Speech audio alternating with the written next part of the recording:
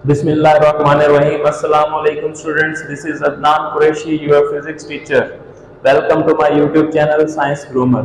तो बच्चों, जैसा कि आपको पता है कि हमारा चैप्टर नंबर 2 चल रहा है और चैप्टर नंबर 2 के अंदर आज हमने जो लेक्चर अंडरस्टैंड करना है, जिस टॉपिक के ऊपर हमने बात करनी है वो है rectangular components of a vector और हमारा लेक्चर नंबर है 8। तो देखते हैं कि हमारे पास rectangular components of a vector क्या होता है। लेकिन rectangular components of a vector को पढ़ने से पहले हम ये चीज अंडरस्टैंड कर लेते हैं कि रेक्टेंगुलर कंपोनेंट्स ऑफ वेक्टर का एक और नाम भी है। तो rectangular components of a vector का जो टॉपिक है इसको हम रेजोल्यूशन ऑफ ए वेक्टर भी बोलते हैं। Resolution of vectors. तो ये बात आपने माइंड में रखनी है कि हमारा जो टॉपिक है rectangular components of a vector, इसकी जगह पे आपका टॉपिक जो है वो रेजोल्यूशन ऑफ ए वेक्टर भी आ सकता है। तो दोनों नेम्स आपको पता होने चाहिए। तो अब देखें, हमने इस टॉपिक के अंदर मैंने आपको कुछ बातें बताई हुई हैं, जैसे रेजोल्यूशन है, कंपोनेंट्स हैं, रेक्टेंगुलर कंपोनेंट्स हैं। ये कुछ छोटे छोटे टर्म्स हैं जिनको हमने समझना है, पढ़ना है। लेकिन उससे पहले हम थोड़ा सा इस चीज को अंडरस्टैंड करते हैं, हम कॉन्सेप्ट लेते हैं कि कंपोनेंट्स बेसिकली होते क्या हैं। तो देखें जी, इनको समझने से पहले हम ये देखते हैं कि कंपोनेंट्स होते क्या हैं। तो कंपोनेंट के बारे में ये बात है, कंपोनेंट्स किसी भी चीज के कंपोनेंट्स की जब हम बात करते हैं तो कंपोनेंट्स का मतलब होता है कि कोई भी ऐसी चीज जिसको हम उसके दो हिस्सों में अगर तकसीम करें या किसी चीज के वो हिस्से जिनको हम ऐड करें तो दोबारा वही चीज बन जाए। हमारे पास, मैं दोबारा सुन ले मैं क्या कह रहा हूं कि कंपोनेंट्स क्या होते हैं। किसी भी चीज के कंपोनेंट्स उसकी वो चीज होती है कि अगर आप उसको दोबारा ऐड करें तो हमारे पास दोबारा वो चीज बन जाए। तो इस चीज को बोलते हैं कंपोनेंट्स। अब कंपोनेंट्स बेसिकली हमारा, क्योंकि चैप्टर चल रहा है वेक्टर्स का, हमें बेसिकली यहाँ पे पढ़ना चाहिए कंपोनेंट्स ऑफ वेक्टर्स।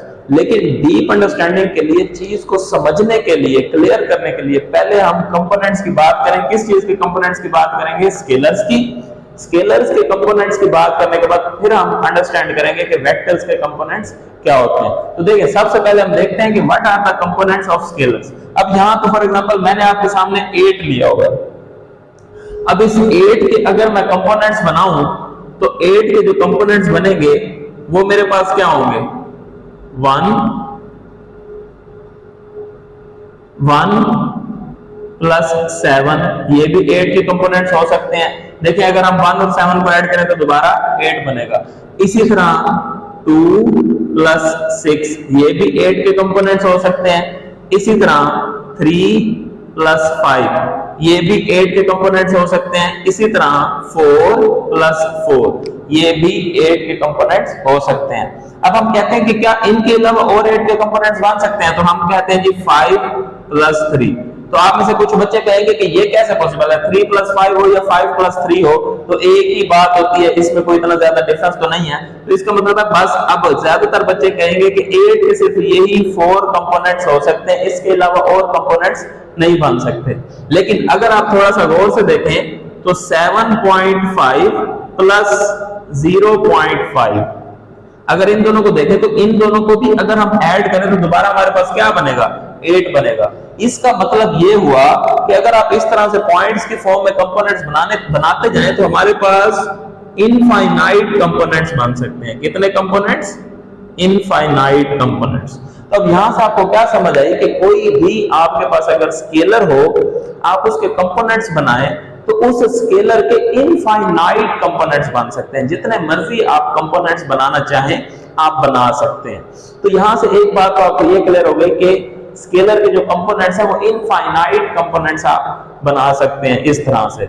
अब यहाँ पे एक मिसकंसेप्शन जो बच्चों को अक्सर होती है, बच्चे समझते हैं कि सबसे पहले ये देखें कि हमने क्या कहा कि ये कंपोनेंट्स हैं, अगर हम इनको ऐड करें तो 8 बनता है। लेकिन अब यहाँ पे हम उसका उलट कर रहे हैं कि हमारे पास 8 है और हम उसको उसके दो हिस्सों में या कंपोनेंट्स में तकसीम कर रहे हैं। तो अब ज्यादातर यहाँ पे बच्चों को मिसकंसेप्शन होती है कि एडिशन का अपोजिट प्रोसेस होता है सब्ट्रैक्शन। तो ये बात आप माइंड में बिठा लें, एडिशन का अपोजिट प्रोसेस सब्ट्रैक्शन बिल्कुल नहीं होता। एडिशन का अपोजिट प्रोसेस होता है रेजोल्यूशन। रेजोल्यूशन क्या होता है कि किसी भी चीज को उसके कंपोनेंट्स में तकसीम करना।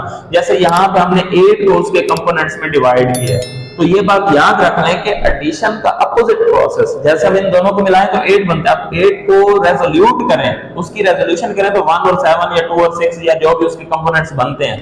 तो बच्चे क्या समझते हैं? बच्चे समझते हैं कि एडिशन का अपोजिट प्रोसेस सब्ट्रैक्शन होता है, तो ऐसा नहीं है। एडिशन का अपोजिट प्रोसेस जो होता है वो रेजोल्यूशन होती है, रेजोल्यूशन होती है, सब्ट्रैक्शन नहीं होती। तो ये चीज मैं यहाँ पे लिख भी देता हूं कि the opposite process of resolution is the opposite process of resolution,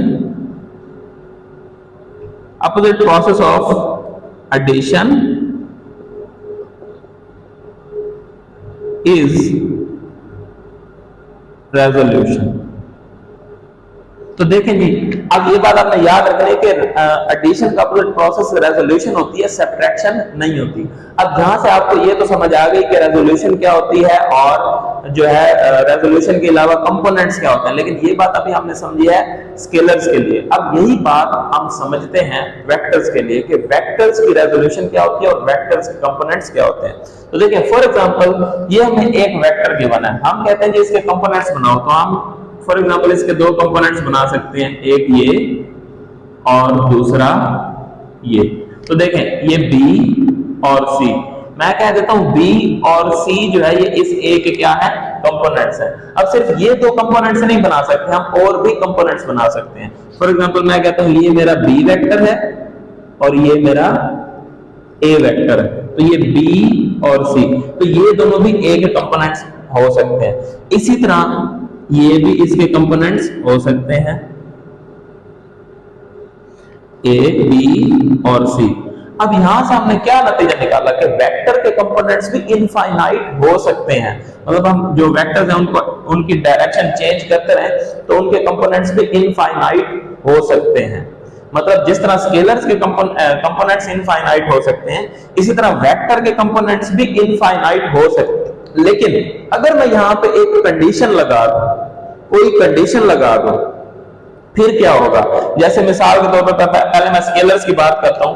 अगर मैं कह दूं कि स्केलर का कोई भी नंबर है, उसके दो कंपोनेंट्स बनाओ, लेकिन वो दो कंपोनेंट्स आपस में क्या हो? इक्वल हो, तो फिर मेरे पास सिर्फ और सिर्फ एक ही ऑप्शन है और वो है 4 + 4।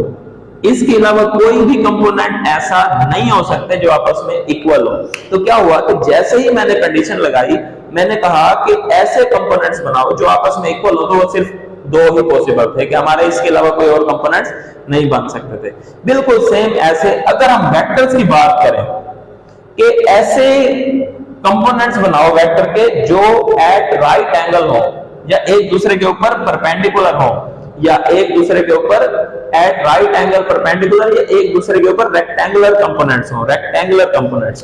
तो रेक्टेंगुलर कंपोनेंट्स अगर हम बात करें जिनमें आपके पास यहाँ पे ये 90 डिग्री का एंगल हो, तो इन दो कंपोनेंट्स की बात करें तो ऐसे केस में आपके पास प्लेन में सिर्फ दो ही कंपोनेंट्स बन सकते हैं, और अगर स्पेस हो तो 3 ही कंपोनेंट्स बन सकते हैं, इसके अलावा ज्यादा नहीं बन सकते। तो आपने देखा कि अगर हम कंडीशन लगा दें तो फिर हमारे पास सिचुएशन डिफरेंट हो जाती है, और अगर कंडीशन ना लगाए तो फिर हमारे पास इनफाइनाइट कंपोनेंट्स बन सकते हैं। अब ये जितनी बातें मैंने बताई हैं, इन बातों की बेस पर, इन कॉन्सेप्ट्स की बेस पर मैं आपको कुछ एमसीक्यू समझाता हूं, फिर हम अपने टॉपिक पे चलेंगे। लेकिन उससे पहले ये बात आपको क्लियर कर दूं, ये जितना हमने समझा है ये फिलहाल हमारे टॉपिक का हिस्सा नहीं है, ये सिर्फ कॉन्सेप्ट क्लियर करने के लिए है, और आगे जब हम अपना प्रॉपर डेफिनेशन स्टार्ट करेंगे तो हमारा टॉपिक यहां से स्टार्ट होगा। अब देखें कुछ इस कॉन्सेप्ट की बेस पे मैं आपको कुछ एमसीक्यू समझाता हूं, वो पहले आप क्लियर कर लें। तो देखें, maximum number of components of a vector R. अब कहते हैं अगर आपके पास कोई वेक्टर है, उसके मैक्सिमम नंबर ऑफ कंपोनेंट्स कितने बन सकते हैं। तो देखें अभी हमने पढ़ा, अगर हम कोई कंडीशन ना लगाएं तो किसी भी वेक्टर के मैक्सिमम नंबर ऑफ कंपोनेंट्स जो है ना वो इनफाइनाइट बन सकते हैं, जितने मर्जी बना ले। तो इसका आंसर तो आपको क्लियर हो गया कि इनफाइनाइट। लेकिन अगर यहाँ पे वो कंडीशन, ये आपको बता दूं बड़े इंपॉर्टेंट एमसीक्यूज है एंट्री टेस्ट के लिहाज से भी, क्योंकि ये तीनों जरा घुमा फिरा के दिए हुए हैं तो बच्चे इनमें मिस्टेक्स कर जाते हैं, इसलिए मैं कह रहा हूं इसको जरा समझ लें। अगर वो सिर्फ कोई कंडीशन ना लगाए, अगर वो सिर्फ ऐसे कह दे maximum number of components of a vector are, तो फिर आपने सिर्फ क्या लिखा, इसका आंसर है इनफाइनाइट, जितने मर्जी बना ले। लेकिन अगर वो कंडीशन लगा दे, जैसे यहाँ पे maximum number of rectangular components of vector R, अब यहाँ पे भी बच्चे मिस्टेक करते हैं, ज्यादातर बच्चे 2 पे टिक कर देते हैं। वो ये बात भूल जाते हैं कि कंपोनेंट्स प्लेन के अंदर भी हो सकते हैं, कंपोनेंट्स स्पेस के अंदर भी हो सकते हैं। तो आपने इस बात को भी बड़े अच्छे तरीके से माइंड में रखना है कि आप कंपोनेंट वेक्टर जो ले रहे हैं वो प्लेन के अंदर ले रहे हैं या स्पेस के अंदर ले रहे हैं। और अगर वो प्लेन या स्पेस मेंशन नहीं करता तो फिर आपने स्पेस ही सपोज करनी है। जैसे अब यहाँ पे maximum number of rectangular components of a vector R, अब यहाँ पे उसने कोई भी चीज ऐसी मेंशन नहीं की, तो इसका मतलब है ये स्पेस ही है। तो इस केस में आपके रेक्टेंगुलर कंपोनेंट्स कितने होंगे? 3 होंगे। तो इस बात को फिर माइंड में बिठा लें। अगर वो कहता है मैक्सिमम, अब कंडीशन ये भी उसने साथ लगाई है, इस कंडीशन को भी आपने याद रखना है। अब रेक्टेंगुलर कंपोनेंट्स की बात कर रहा है, और रेक्टेंगुलर कंपोनेंट्स की जब बात करेगा तो आपके रेक्टेंगुलर कंपोनेंट्स सिर्फ 2 हो सकते हैं या 3 हो सकते हैं, इससे ज्यादा नहीं हो सकते। अगर स्पेस है तो 3, अगर प्लेन है तो 2, और अगर उसने स्पेस या प्लेन को मेंशन नहीं किया तो फिर आपके 3 ही होंगे, आपने स्पेस ही सपोज करनी है। तो देखें, जैसे maximum number of rectangular components of a vector are, तो यहाँ पे क्या आंसर है? 3। अक्सर बच्चे 2 भी लगा देते हैं, तो इसमें कंफ्यूज नहीं होना, मैंने आपको बात क्लियर कर दी है। तो अगर वो स्पेस बोले फिर भी 3, अगर वो प्लेन या स्पेस के मेंशन नहीं करता तो फिर भी 3। लेकिन अब अगला एमसीक्यू अगर आप देखें तो maximum number of rectangular components of a plane vector R, अब यहां तो उसने प्लेन की कंडीशन लगा दी है। अब प्लेन के अंदर आप देख रहे हैं कि सिर्फ एक्स एक्सिस हो सकता है और अलोंग वाई एक्सिस हो सकता है। अगर उसके प्लेन में रेक्टेंगुलर कंपोनेंट्स बनाए तो वो सिर्फ 2 ही हो सकते हैं। तो अब इसका आंसर फिर हमारे पास क्या होगा? 2 होगा। तो ये इस तरह से छोटी छोटी बात के चेंज होने से आपका एमसीक्यूज का जो कॉन्सेप्ट है वो चेंज हो जाता है। तो आपने इस बात को अब क्लियर रखना है, प्लेन, स्पेस, या अगर दोनों को मेंशन नहीं करता या कोई कंडीशन नहीं लगाता तो फिर आपका आंसर क्या होगा? प्लेन की बात करता है तो फिर आंसर क्या होगा? स्पेस की बात करता है तो फिर आंसर क्या होगा?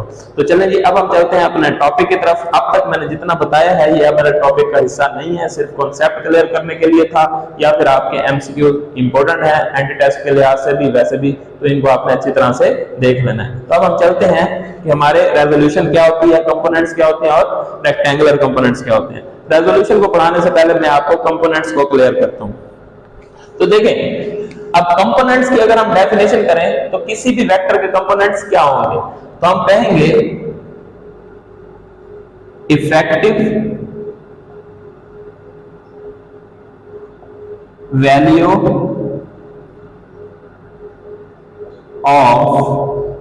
ए vector in specific direction is called component of a vector. कि किसी भी वेक्टर की इफेक्टिव वैल्यू और एक खास डायरेक्शन में, उसे हम क्या बोलते हैं? Component of a vector. Effective value of a vector in a specific direction. अब ये इफेक्ट कंपोनेंट को स्टडी करने की जरूरत क्यों पेश आई, या इफेक्टिव वैल्यू क्या होती है, इस चीज को हम क्लियर करते हैं। फॉर एग्जांपल देखें, हमारे पास ये एक बॉक्स है, अब इस बॉक्स के ऊपर आप फोर्स लगाते हैं इस डायरेक्शन में, और बॉक्स भी मूव कर रहा है इस डायरेक्शन में, तो अब तो हमारी सारी की सारी फोर्स इसको आगे मूव करवाने में हेल्प आउट कर रही है।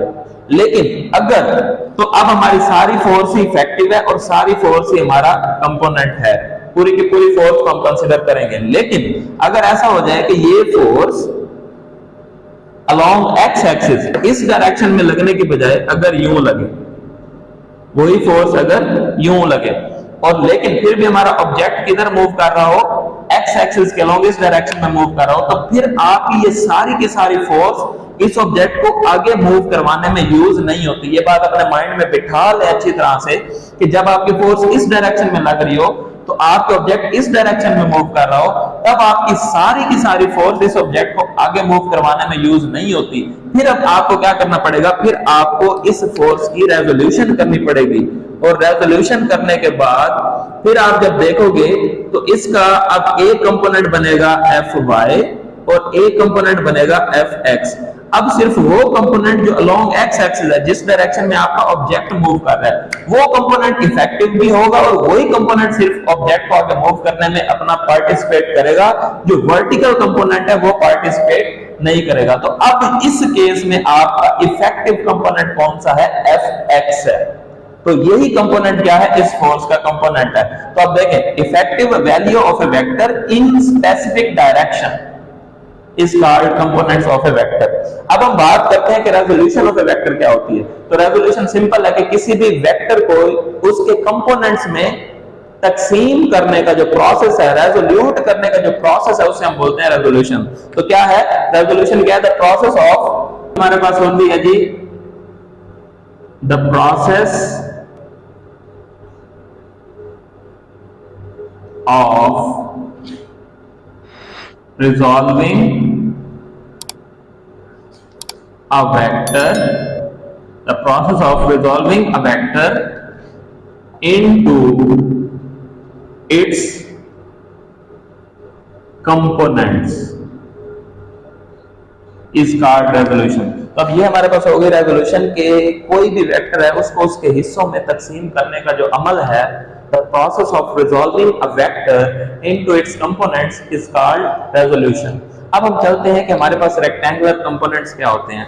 अब रेक्टेंगुलर कंपोनेंट्स के बारे में मैंने आपको बताया कि ये ऐसे कंपोनेंट्स होते हैं जो एक दूसरे के ऊपर एट राइट एंगल होते हैं, 90 डिग्री पर होते हैं।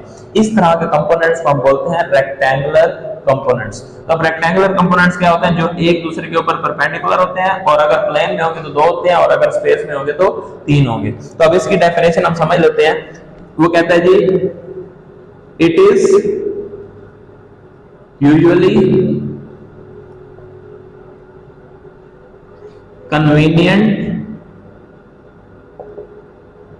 to resolve a vector into its components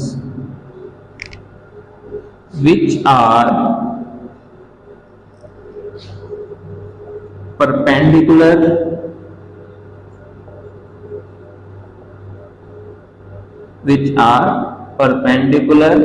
to each other are called rectangular components। तो ये आपके पास क्या हो गई, रेक्टेंगुलर कंपोनेंट्स की डेफिनेशन हो गई।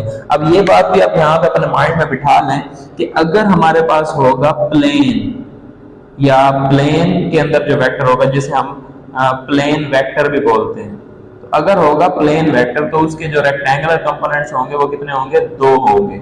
और अगर हमारे पास होगा स्पेस वेक्टर जिसमें एक्सिस 3 होते हैं, अगर स्पेस के अंदर हम कोई वेक्टर लेंगे तो उसके जो कंपोनेंट्स होंगे वो कितने होंगे, 3 होंगे। तो ये आपके पास हो गए रेक्टेंगुलर कंपोनेंट्स। तो ये हमारा बेसिक कॉन्सेप्ट्स, हर चीज क्लियर हो गई है। अब हम चलते हैं अपनी मैथमेटिकल डेरिवेशन की तरफ। ये जितने भी कॉन्सेप्ट्स मैंने बताए हैं वो अच्छी तरह से माइंड में बिठा लें, क्योंकि ये सिर्फ इस टॉपिक में ही नहीं, आगे हर जगह ये इस्तेमाल होने, इवन पूरे चैप्टर के अंदर। तो अब हम चलते हैं अपनी मैथमेटिकल डेरिवेशन की तरफ।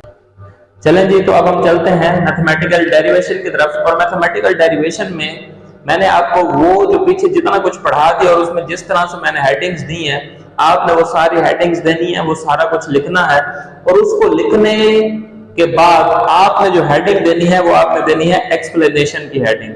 और एक्सप्लेनेशन में वैसे तो आपने वो बुक में जो स्टार्ट का पैराग्राफ लिखा हुआ है वो सारा लिखना है। तो आपने इसमें लिखना क्या है, वो जो स्टार्ट वाला पैराग्राफ है, बुक लाइंस, वो आपने लिखनी है।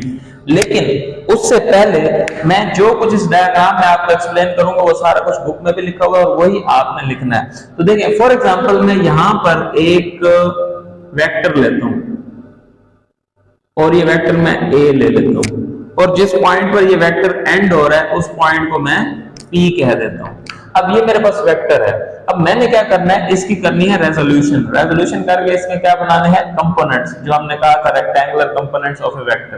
तो उसके लिए क्या है कि मैं यहां से एक परपेंडिकुलर अगर ड्रा करता हूं तो मेरे पास ये वर्टिकल लाइन आएगी, तो ये वर्टिकल लाइन उसका कंपोनेंट बनेगा ए वाई, और इसी तरह यहां पर एक कंपोनेंट बनेगा ए एक्स जो कि हॉरिजॉन्टल कंपोनेंट होगा। तो हमने जब ए की रेजोल्यूशन की तो हमारे पास दो कंपोनेंट्स आए, एक कंपोनेंट को हमने नाम दिया ए वाई का और एक कंपोनेंट को हमने नाम दिया ए एक्स का। अब ये दो कंपोनेंट ही क्यों बने, क्योंकि हम रेक्टेंगुलर कंपोनेंट्स बना रहे हैं। इन दोनों कंपोनेंट्स के दरमियान जो एंगल है वो 90 डिग्री है। अब अगर मैं इस चीज को यहां मिला दूं, अब आप अगर देखें तो जितना ये है उतना ही है, अगर ये x है तो इसको भी x कह सकते हैं, जितना ये है उतना ही है, अगर ये ay है तो इसको भी ay कह सकते हैं।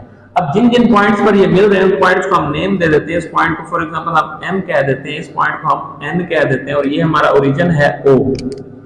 तो अब ये हमारी डायग्राम बन गई है।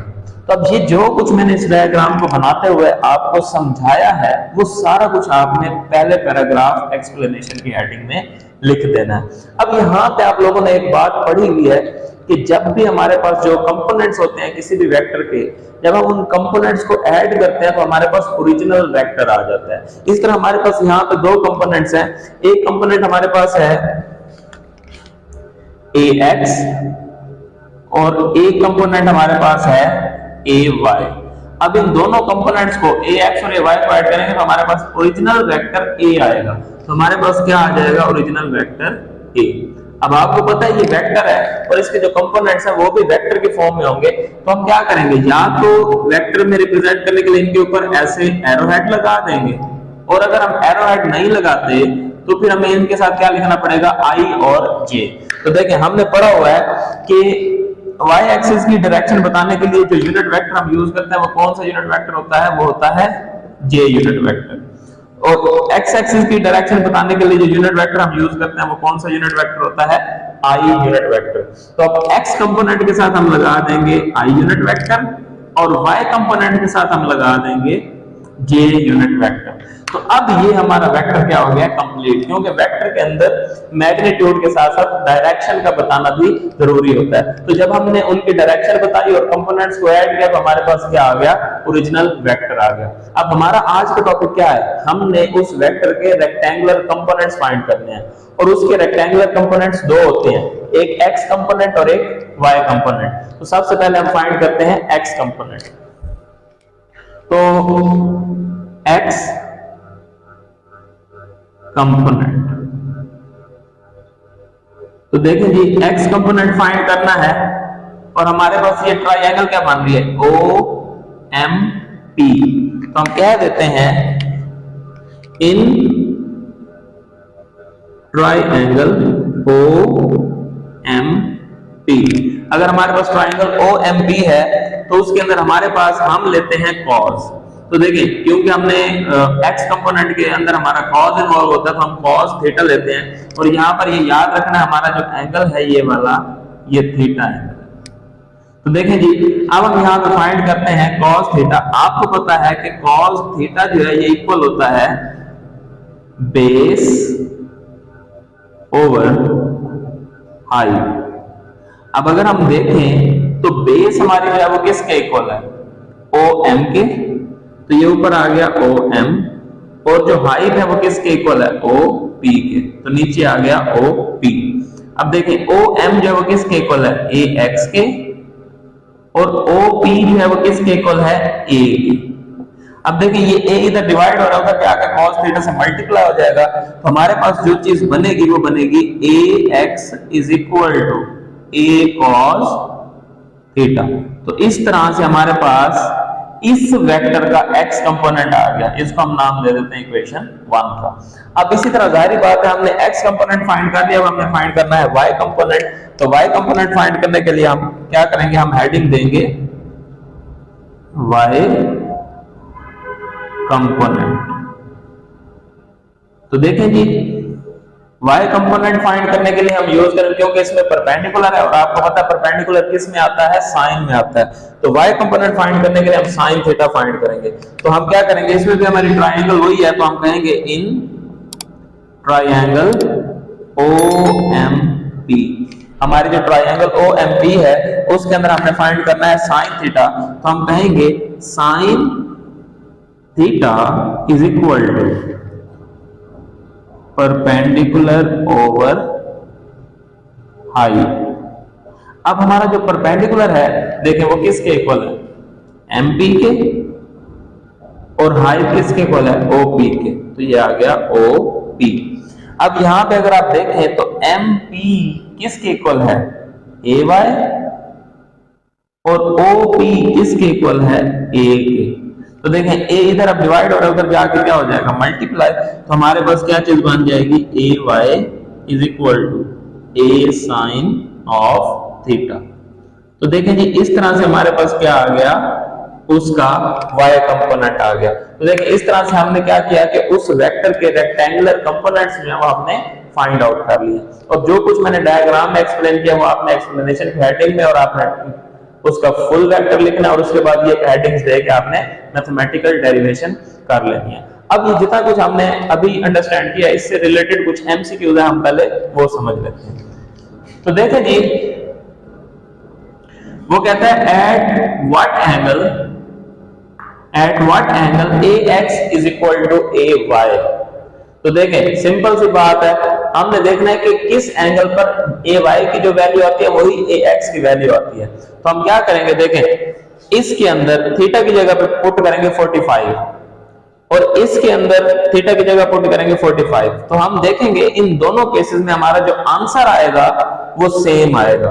तो वहां से बच्चे क्या करेंगे, फौरन से टिक कर देंगे 45 के ऊपर। हालांकि ये गलत है, क्यों, क्योंकि जब हमने इधर देखा तो हमने गौर नहीं किया, ये मैग्नीट्यूड की बात नहीं कर रहा, ऊपर उसने एरो हेड लगाया, वो वेक्टर की बात कर रहा है।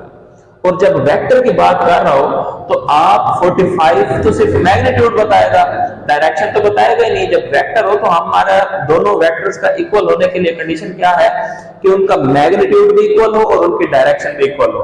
अब यहाँ पे 45 पुट करने से मैग्नीट्यूड तो सेम आ रहा है लेकिन डायरेक्शन सेम नहीं आ रही, हमें नहीं पता कि डायरेक्शन सेम है या नहीं है।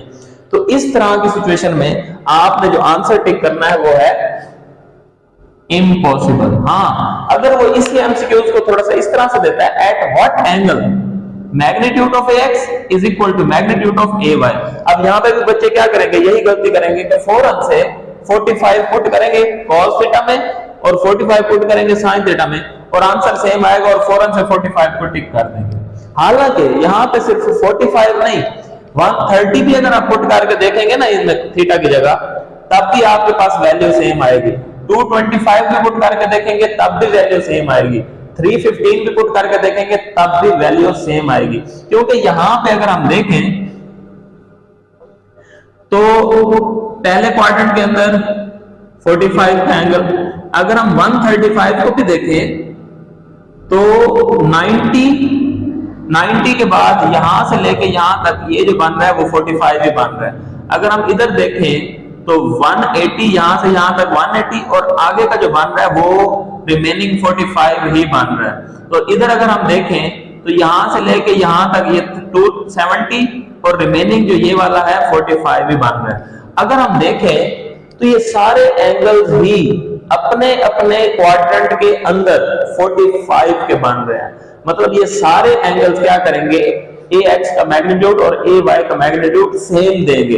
इसलिए यहां का भी हमारा जो राइट आंसर है वो क्या है, ऑल ऑफ दीज। तो बच्चे क्या करते हैं, जल्दी से 45 को देखते हैं और उसको टिक कर देते हैं। हाँ, अगर आपको ये क्वेश्चन इस तरह से दिया हुआ है, what angle magnitude of AX is equal to magnitude of AY, और उसके अंदर 45 30 60 90, अब क्योंकि 30 60 90 पे वैल्यूज सेम नहीं आती, इसमें पुट करने पर इन दोनों में सिर्फ 45 पर आती है, तो अब हमारा आंसर क्या होगा, 45 होगा। तो आपने याद रखना इन तमाम एमसीक्यूज के अंदर वो थोड़ा सा भी घुमा फिरा के आपको क्वेश्चन दे सकता है। आपने बड़े ध्यान से बड़े गौर से स्टेटमेंट को पढ़ना है और उसके आंसर आपने देना है। अब उसके बाद अगर आप देखें तो वो कहता है find x component of vector. अब वो कहता है एक वेक्टर का x कंपोनेंट फाइंड करो और उसकी फोर्स 30 न्यूटन है और एंगल जो है वो 30 है। फोर्स 10 न्यूटन है और एंगल 30 है। तो क्या करेंगे, हम x कंपोनेंट फाइंड करना है ना, तो क्या करेंगे बच्चे, लेंगे जी AX A cos थीटा। अब जल्दी से वो यहाँ पे पुट करेंगे 10 और cos यहाँ पुट करेंगे 30 और उनका आंसर आ जाएगा यहाँ पर 8.6 न्यूटन और वो फौरन से इस 8.6 न्यूटन के ऊपर टिक कर देंगे। हालांकि आपने ये बात याद रखनी है, ये जो एंगल थीटा होता है ना, ये वाला एंगल, ये कभी भी इधर से नहीं लेते, हम हमेशा पॉजिटिव एक्स एक्सिस से इधर लेते हैं, इस चीज का ख्याल करना है। अब उसमें अगर ये एंगल 30 दिया हुआ है तो आपने देखना है यहां से यहां तक एंगल कितना होगा। अगर ये टोटल 90 है, ये 30, तो रिमेनिंग आपके पास क्या होगा 60। तो असल में आपने यहां पे जो एंगल पुट करना है वो कौन सा पुट करना है 60 डिग्री।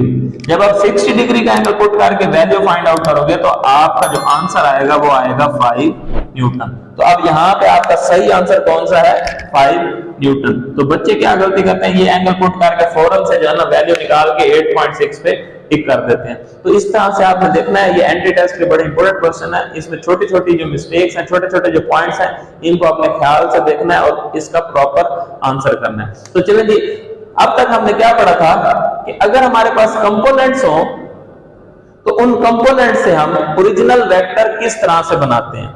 अब अगला हमारा जो टॉपिक है उसमें हम कहते हैं कि हमारे पास अगर कंपोनेंट्स हो, मतलब हमारे पास वेक्टर था तो हमने कंपोनेंट्स बनाए थे, अगर हमारे पास वेक्टर हो तो उसके रेक्टेंगुलर कंपोनेंट्स कैसे फाइंड करते हैं। अब हमें समझना है कि अगर आपके पास कंपोनेंट्स हो तो उनसे आपने रिजल्टेंट किस तरह से हासिल करना है। तो देखिए हमारी नेक्स्ट हेडिंग क्या है, रिजल्टेंट फ्रॉम कंपोनेंट्स, कि अगर आपको कंपोनेंट्स गिवन हो और उन कंपोनेंट से आपने रिजल्टेंट बनाना है तो आप किस तरह से बनाओगे। तो देखें जी, इसमें भी हमारी यही डायग्राम यूज होगी। हम कहते हैं इन ट्रायंगल OMP, तो हमने ट्रायंगल OMP, तो ये एक ट्रायंगल है और ये एक राइट ट्रायंगल है। तो राइट ट्रायंगल के हम अंदर हमने पढ़ा हुआ है कि हाइट का square is equal to base का स्क्वायर प्लस परपेंडिकुलर का स्क्वायर। अब अगर हम यहाँ पे देखें तो हाइट हमारी किसके इक्वल है, हाइट हमारी इक्वल है OP के, तो हम कह देंगे OP का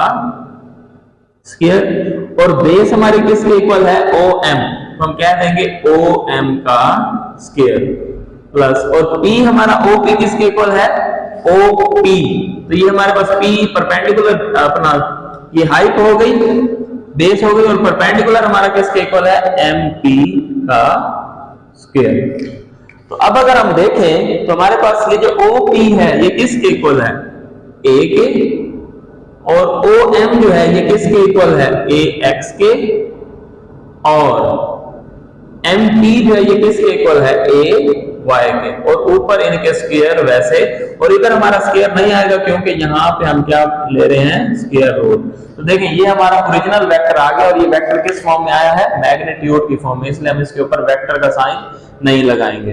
तो इसी तरह अब हम अगले एंगल को देखते हैं कि ये हमारे पास एंगल, ये तो हमारा हो गया ना रिजल्टेंट फ्रॉम द कंपोनेंट्स। अब इसी तरह हम एंगल थीटा भी हमने कंपोनेंट से फाइंड करना है। तो इसके लिए आपको पता है जब भी हम डायरेक्शन या एंगल फाइंड करना हो तो हम क्या यूज करते हैं, हम यूज करते हैं tan थीटा। तो tan थीटा जो है हमारा किसके इक्वल होता है परपेंडिकुलर ओवर बेस।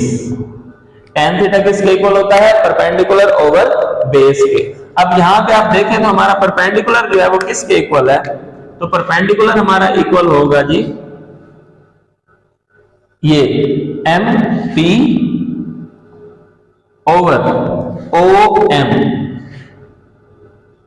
अब MP जो है MP ये किसके इक्वल है AY के, और OM जो है ये किसके इक्वल है AX के, और यहां पे tan थीटा वैसे। तो अब देखें ये थीटा हमारा एंगल वैसे रहेगा और tan उधर जाके क्या हो जाएगा tan inverse into AY over AX। तो इस तरह से हमारा क्या आ गया एंगल थीटा आ गया। तो इस तरह से अगर हमारे पास कंपोनेंट्स गिवन हो तो वहां से हम एंगल थीटा या डायरेक्शन भी फाइंड कर सकते हैं, और कंपोनेंट्स गिवन हो तो वेक्टर्स भी फाइंड कर सकते हैं, और अगर हमें वेक्टर गिवन हो तो हम उसके कंपोनेंट्स भी बना सकते हैं। तो ये हमारा आज का टॉपिक था, एक बड़ा ही लेंथी और बड़ा ही डिटेल्ड लेक्चर था जिसमें मैंने हर किस्म का आपका कॉन्सेप्ट क्लियर करवाया है। आपने इस लेक्चर को बड़े गौर से सुनना है, और ताकि आपके आने वाले जो टॉपिक्स हैं उनमें आपको आसानी हो। अगर आपको मेरा लेक्चर अच्छा लगा है तो आपने मेरे लेक्चर को शेयर जरूर करना है, और बेल आइकन के बटन को जरूर प्रेस करना है ताकि मेरी आने वाली हर वीडियो आप लोगों तक पहुंच सके। अब नेक्स्ट लेक्चर तक के लिए अल्लाह हाफिज।